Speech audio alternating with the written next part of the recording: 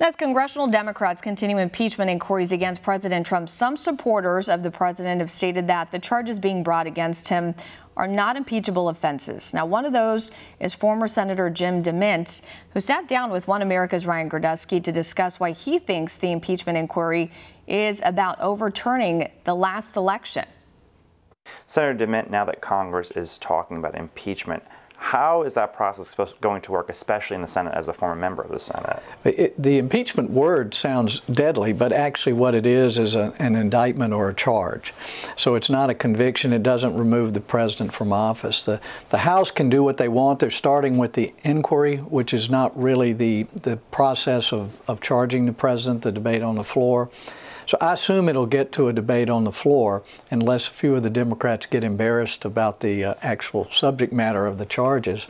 But if the majority of the House votes for conviction or for charging, then it goes to the Senate.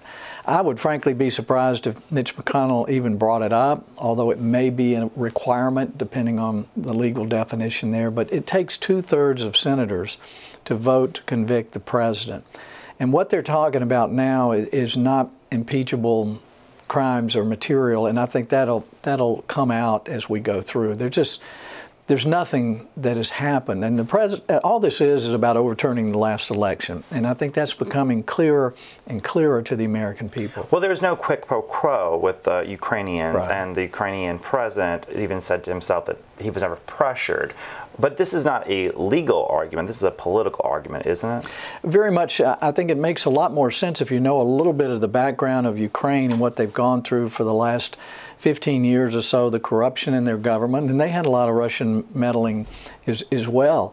But they were investigating corruption, and Joe Biden's son got caught up in that. And Joe Biden when he was vice president, told him to shut that investigation down and fire the prosecutor, or he would take $1 billion of aid away. I mean, he's not only confessed it, he's bragged about it. And so there was a quid pro quo. That is against the sections in the law that you cannot use the funds of the United States to intimidate, bribe, or extort. So the fact that they're now saying this conversation that we now have the transcript of is somehow impeachable is really laughable. I know we have to take it seriously because so much of the media has, but if you look at the transcript, and I really would encourage every American to read it, I actually felt good about the president after reading it. Well, Senator Demint, thank you for speaking on One America News. Thank you. Want to see more videos like this?